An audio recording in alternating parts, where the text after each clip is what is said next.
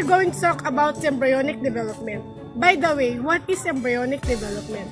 Embryonic development, or human embryogenesis, refers to development and formation of the human embryo.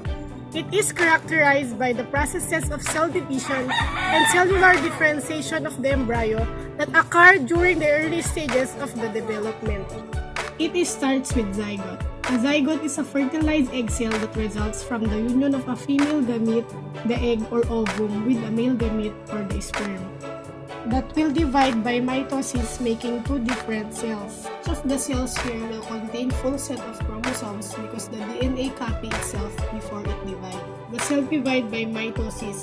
We have 4 cells, 16 cells, and so on. Next, we have here the picture shows the ectoderm, which is the color green.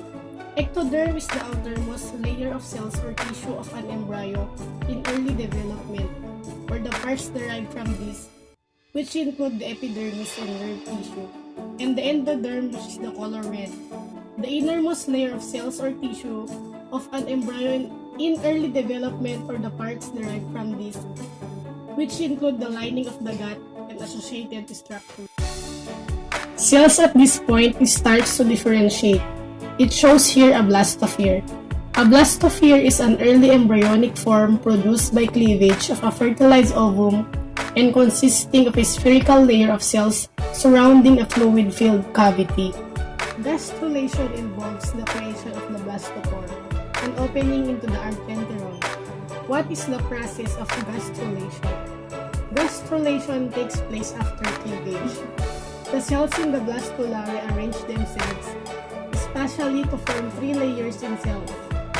During gastrulation, the blastula folds in on itself to form 3 germ layers: the ectoderm, the mesoderm, and the endoderm. The next step, known as mesoderm. The mesoderm is a germ layer that rises during gastrulation and is present between the ectoderm, which will turn into skin and central nervous system cells, and the endoderm, which will produce the gut and the lungs. It gives rise to the skeletal muscles, smooth muscle, blood vessels, bone cartilage, joints, connective tissue, endocrine glands, kidney cortex, heart muscle, urogenital organ, uterus, fallopian, testicles, and blood. Forms skeletal muscle, bone, connective tissue, the heart, and the urogenital system. Due to the evolution of the mesoderm, triploblastic animals develop visceral organs such as stomachs and intestines, rather than retaining the open digestive cavity characteristic of diploblastic animals. Next, this picture shows the asylum. Asylum is a body cavity that allows space to put a complex organs like heart, lungs, liver, kidneys, and brain. Next, once you have a 3 tissue layers formed, we have neuralization.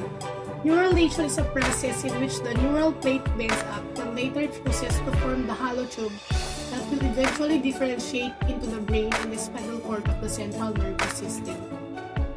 Neuralization accomplishes 3 major things in higher vertebrates. 1. It creates the neural tube, which gives rise to the central nervous system. 2. It creates the neural crest, which migrates away from the dorsal surface of the neural tube and gives rise to a diverse set of cell types. Next, it is segmentation. Segmentation provides the means for an organism to travel and protect its sensitive organs from damage.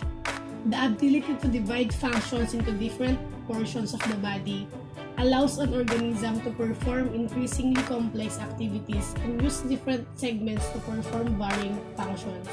As segmentation proceeds, the process is sequential and therefore used to stage the age of many different species embryos. During human embryonic development, we move to a number of different stages. One stage, organogenesis, occurs in humans anywhere between the 3rd to 8th week of gestation. Organogenesis is the period of time that the fetus's important organs are developing.